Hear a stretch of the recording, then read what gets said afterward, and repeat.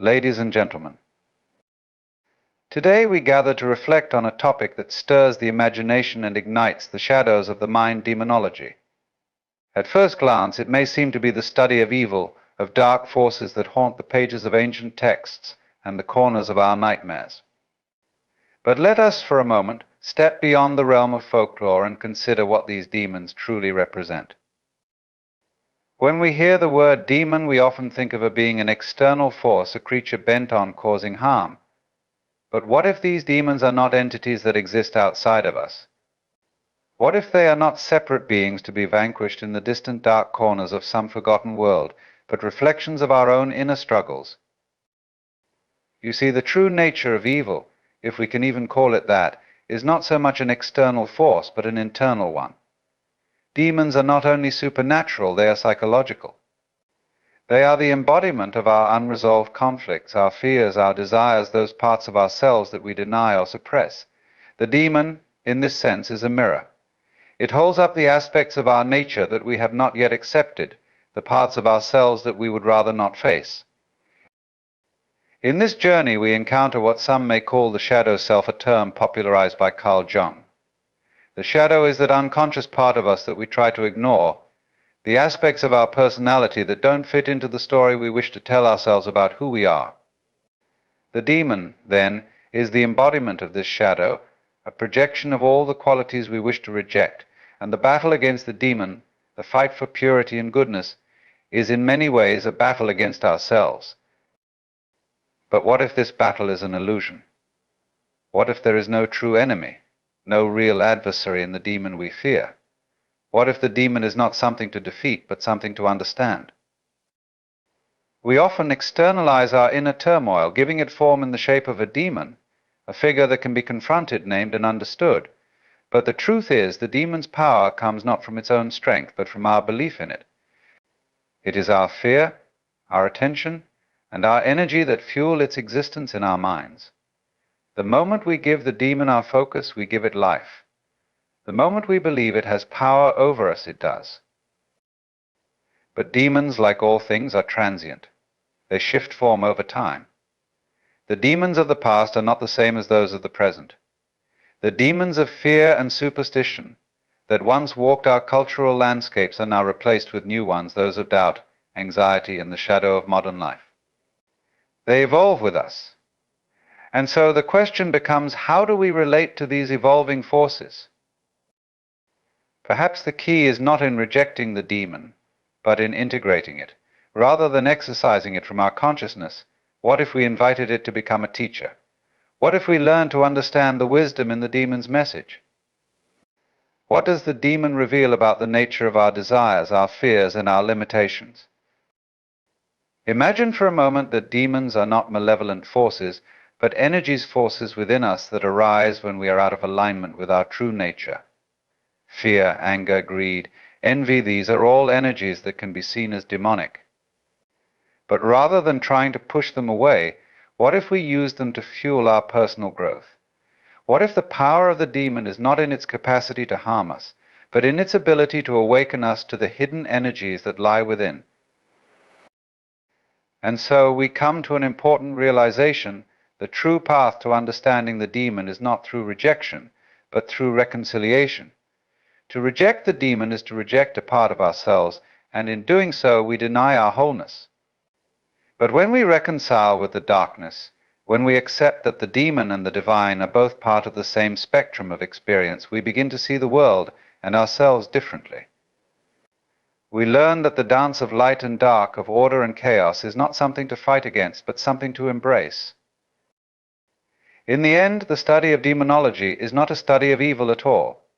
It is a study of the self, of the parts of us that we have yet to understand, and of the potential for growth that lies in embracing both our light and our shadow. The demon is not an external force, but a guide that shows us the way back to wholeness. So let us not fear the demon. Let us not see it as an enemy, but as an integral part of the cosmic dance that shapes our consciousness. For in understanding the demon, we understand ourselves, and in that understanding we find our path to enlightenment. Demonology is a field that has fascinated and mystified humanity for centuries, At its most basic level, it is the study of demons, those dark, often malevolent beings that haunt the pages of mythology, religion, and folklore. From ancient texts to modern-day horror stories, demons are portrayed as creatures that embody chaos, fear, and temptation. They are typically seen as antagonistic forces, often working against the forces of good, order, and purity. The very idea of demons invokes strong emotions: fear, curiosity, awe, and sometimes even fascination. But to truly understand what demonology means, we must look beyond the conventional notions of evil spirits lurking in the shadows. The concept of a demon, in many cultures, is not merely the embodiment of malevolence, but rather a projection of deeper psychological and spiritual truths. In its most primal form, a demon represents something that is feared, something that lies beyond human comprehension. It is often associated with the unknown, the things we cannot see or control. In this way, demons are symbols of human vulnerability, reminding us of the forces in the universe that are beyond our grasp. Whether through supernatural terror or through the stories told around a campfire, demons serve as warnings, urging us to confront our deepest fears. Yet there is another layer to demonology that is worth exploring. What if the demons we speak of are not just external beings that exist in some distant, otherworldly realm? What if the demons are, in fact, aspects of ourselves? Consider how often in history individuals or societies have externalized their fears or darker impulses by naming them demons, making them separate from the self in order to combat them more effectively. The concept of an external demon has long been a way to avoid facing the internal struggles that lie beneath the surface of human consciousness. When people speak of demons, they often speak of temptations, fears, or destructive desires, things that are not always easy to control or understand. But in doing so, they inadvertently create a separation between the self and the darkness that dwells within. The fear of demons often reflects the fear of facing the unknown within ourselves, the parts of us that are hidden, repressed, or misunderstood. Jungian psychology speaks of this in terms of the shadow, the unconscious aspect of the self that contains those parts of the personality we reject or deny. The shadow is not inherently evil, it is simply those aspects of us that are too uncomfortable to acknowledge. And yet these shadows shape our lives in ways we may not fully understand. In this sense, demons are not just symbols of external evil, they are mirrors, reflecting the parts of ourselves that we fear to face. To fully comprehend demonology, we must also explore the relationship between the self and the forces that are perceived as evil. When we externalize our fears into demons, we inadvertently create a sense of duality, the belief that good and evil are opposing, separate forces. This dualistic thinking can be limiting. It suggests that the battle between good and evil is an external one, fought on some grand cosmic battlefield. However, what if this duality is an illusion? What if good and evil are not separate forces but two sides of the same coin?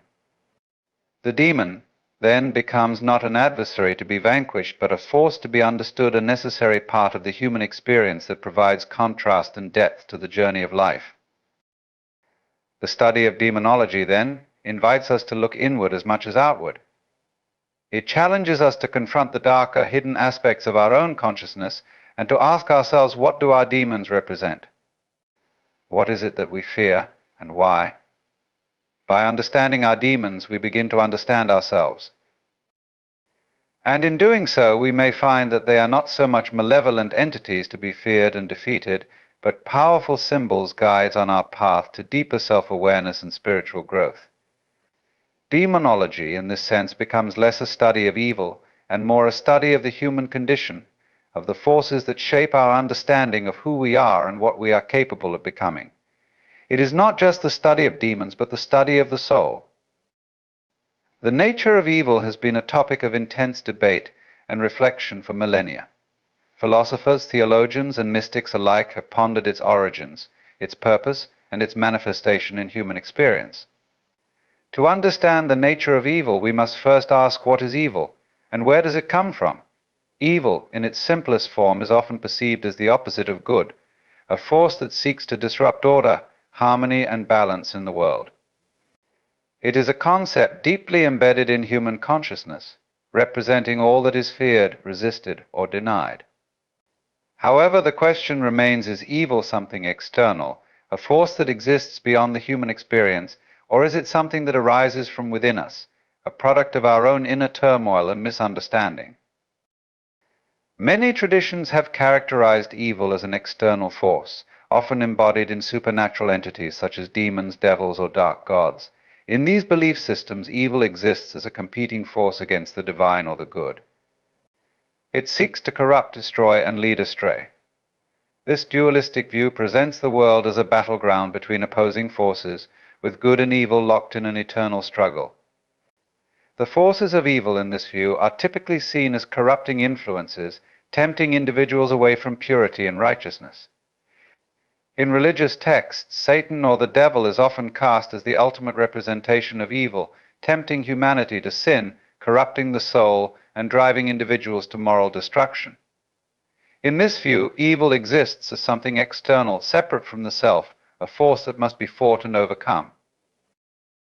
Yet there is another perspective, one that suggests evil is not an external entity, but an internal aspect of the human psyche.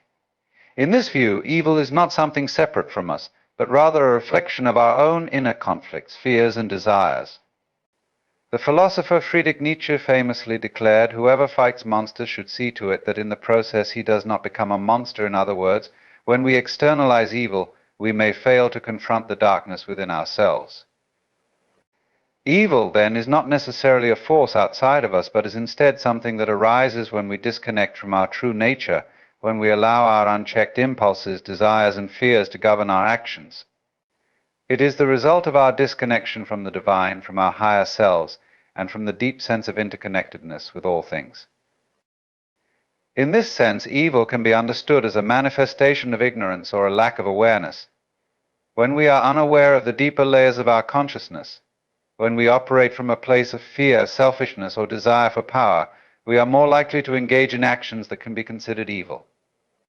The destructive tendencies of humanity, greed, violence, hatred, and oppression, are not inherent to human nature, but are the consequences of misalignment with our higher values. These actions arise when we fail to recognize the interconnectedness of all beings and the fundamental unity of existence. Evil, in this view, is a byproduct of the ego, the part of ourselves that seeks to separate, to dominate, to control, and to disregard the well-being of others. The nature of evil, then, is deeply tied to the nature of human consciousness. It is not a simple binary concept of good versus evil, light versus dark, but rather a complex interplay of forces within the human soul. To understand evil, we must understand the ways in which our minds can become distorted, the ways in which we project our fears and desires onto the world around us. We must recognize that the actions we deem as evil are often rooted in ignorance, in the inability or unwillingness to see the deeper truth of our shared humanity. Evil is, at its core, a reflection of our failure to recognize the oneness of all life, the interconnectedness of all beings, and the importance of love, compassion, and understanding. In order to overcome evil, we must first confront it within ourselves. We must be willing to look at the darkness within our own hearts and minds, to recognize the ways in which we are complicit in the perpetuation of suffering and harm. Only through self-awareness, through a deep understanding of the ego and its tendencies, can we begin to transcend the dualistic mindset that perpetuates the cycle of good and evil.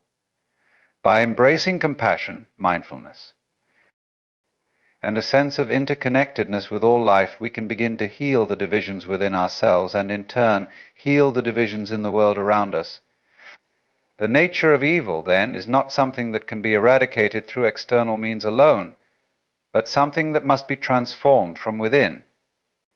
It is through self-awareness, compassion, and love that we can transcend the false divisions of good and evil and move toward a deeper understanding of the unity of all existence. The concept of the shadow self is one of the most profound and illuminating ideas in modern psychology, particularly in the work of Carl Jung.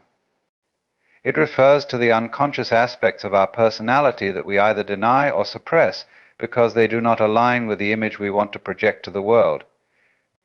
These aspects may include undesirable traits, impulses, or desires, anything that we perceive as unworthy, unacceptable, or too difficult to acknowledge. The shadow is not inherently bad, it is simply those parts of us that remain hidden, often because we fear they are too dark or too vulnerable to be exposed. Yet it is precisely through understanding and integrating the shadow self that we come to a fuller and more authentic understanding of who we are. At its core, the shadow self is the repository of all that we reject about ourselves. It consists of traits that society, our upbringing, or our own inner expectations have deemed inappropriate or unworthy. These can be both positive and negative aspects: the anger we suppress, the jealousy we hide, the fears we refuse to confront, or the confidence and creativity we have yet to allow ourselves to fully express. These traits are not eliminated from our psyche simply because we ignore them. They persist in the unconscious, often manifesting in unexpected and sometimes destructive ways. The shadow is not a malevolent force. It is an unconscious collection of all that we have not fully accepted about ourselves. Our first encounter with the shadow often occurs in childhood, when we learn from those around us what is deemed acceptable and what is not. Through this process, we begin to form a persona, an outward identity designed to gain acceptance, approval, and love. However, the traits that do not align with this persona are pushed into the shadow. As we grow older, the shadow becomes more deeply embedded in the unconscious mind, influencing our thoughts, behaviors, and relationships without our awareness. We may find ourselves reacting to situations in ways that seem out of proportion, or projecting negative qualities onto others that we refuse to recognize within ourselves. For example, when we suppress anger, it may appear in subtle ways, perhaps in passive-aggressive behavior, irritability, or unexplained outbursts. When we deny our vulnerability, we may build walls around our emotions, struggling to connect with others on a deeper level. In extreme cases, the shadow can even manifest as a projection, where we see in others the very traits we refuse to acknowledge in ourselves. This can lead to the creation of enemies or rivals in our lives, people who embody aspects of our shadow and whom we feel compelled to avoid or condemn. In this way, the shadow not only shapes our internal world, but also influences how we relate to the world around us. Jung believed that integrating the shadow was essential for personal growth and self-actualization. Rather than avoiding or denying these hidden aspects, we must confront them, acknowledging their existence and allowing them to become a part of our conscious identity. This process is not easy, for it involves facing the parts of ourselves that we find uncomfortable, shameful, or frightening. But it is only through this confrontation that we can achieve wholeness. When we resist integrating our shadow, we remain fragmented, operating from a place of unconsciousness and repression. But when we bring the shadow into conscious awareness, we begin to experience a more integrated and authentic life. The integration of the shadow requires courage, honesty, and self-reflection. It involves questioning the beliefs and stories we have told ourselves about who we are and who we should be. It requires us to accept that we are not just the idealized version of ourselves, but also the messy, complicated, and sometimes contradictory being that we may not have been willing to acknowledge. It is through embracing the full spectrum of our humanity that we become more whole, more balanced, and more capable of navigating the complexities of life with authenticity. The shadow also has the potential to be a source of great creative power. When we embrace and integrate the parts of ourselves that have been buried, we open up new possibilities for growth, expression, and transformation. The qualities we have repressed, whether it is our creativity, our anger, or our desire for independence, can, when channeled in healthy ways, lead to profound personal and collective change. The shadow is not just a source of darkness, it is also a source of energy, potential, and transformation. In the end, the shadow is not something to fear or reject, but a vital part of the human experience. It is a mirror that reflects back to us the aspects of ourselves that we have yet to fully understand or accept. Through the process of shadow work, by facing these hidden parts of ourselves, we come to recognize that the shadow is not separate from us, but an integral part of our wholeness. It is in embracing the shadow that we move closer to the fullness of our being and the deeper truths of who we truly are. The archetype of the demon is a profound and complex symbol that spans across cultures, religions, and mythologies, representing the darker aspects of the human experience. Demons in various forms, have appeared in the stories of nearly every civilization, each time adapting to the needs, fears, and concerns of the people who told the tales. As an archetype, the demon transcends any specific cultural or historical context and represents a universal force that both reflects and embodies the shadow aspects of the human psyche. These figures are not mere monsters or villains, but serve a deeper symbolic purpose, reflecting the internal battles we face, the fears we try to ignore, and the desires we dare not admit. In many traditions, demons are often seen as malevolent beings, agents of chaos and destruction, whose sole purpose is to lead humanity astray. They appear in religious texts as tempters, demons whose task it is to drag souls into darkness, away from virtue, away from the divine. In Christianity, for instance, demons are seen as fallen angels led by Satan, whose mission is to seduce humanity into sin and disorder. In these stories, demons are portrayed as forces of opposition forces that stand in direct contrast to the divine order. Their power often stems from their ability to manipulate human weakness, to exploit the desires and fears that reside within the human heart. However, while the demonic archetype is commonly associated with evil or corruption, its meaning is far more nuanced. The demon archetype can also represent the darker aspects of the self, the unconscious, and the hidden desires that society teaches us to repress or deny. These aspects may not always be evil in the traditional sense. Instead, they are parts of the human experience that we have yet to integrate or come to terms with. Jungian psychology suggests that the shadow, the hidden part of the self that contains our denied emotions, desires, and impulses, often takes the form of a demon in the unconscious mind. The demon, in this context, is not an external force, but a projection of the parts of ourselves we refuse to acknowledge. The demon archetype also appears in mythology as a figure of transformation. While demons are often seen as agents of destruction, their presence in myths and stories can also signify an opportunity for growth and self-realization. In many ancient traditions, the hero must confront a demon or evil entity in order to attain wisdom, power, or enlightenment. These myths often depict the confrontation with the demon as a necessary trial, a journey that requires the hero to confront their deepest fears and insecurities. In this sense, demons are not only adversaries but also catalysts for transformation, forcing individuals to face their inner darkness and emerge from the experience stronger and more integrated. In some traditions, demons are seen as tricksters, not necessarily evil but disruptive and chaotic. These trickster figures challenge the status quo and upset the order of things, pushing individuals or societies to question their beliefs and values. Trickster demons often blur the lines between good and evil, showing that the very concepts of morality are fluid, context-dependent, and often subjective. This aspect of the demon archetype reflects the human experience of moral ambiguity, where the line between right and wrong is not always clear, and where our greatest strengths and weaknesses often coexist. The archetype of the demon, in all its complexity, is an essential part of the human experience. It serves as a mirror, reflecting back to us the aspects of ourselves that we are reluctant to confront. Whether we see it as a symbol of external evil, a manifestation of our own unconscious fears, or a force of transformation, the demon invites us to explore the hidden dimensions of the psyche. It challenges us to question our assumptions, face our fears, and integrate the parts of ourselves that we have long denied. Rather than running from the demon, we are called to understand it, to engage with it, and ultimately to learn from it. In doing so, we may come to realize that the demon is not an enemy to be destroyed, but a teacher to be embraced, a powerful symbol that guides us toward greater self-awareness and spiritual growth. The demon, often viewed as a malevolent force or an embodiment of pure evil, can also be understood as a form of energy, a potent and transformative force within the human psyche and the natural world.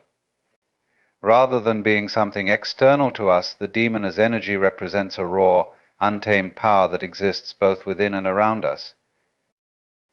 At its core, the demon as energy is a force that embodies raw emotional and psychological power. It is the surge of anger that consumes us, the flood of jealousy or envy that rises from deep within the overwhelming fear that paralyzes us in moments of crisis. These emotions are not simply feelings to be dismissed, they are energetic currents that flow through our bodies and minds. Thanks for watching.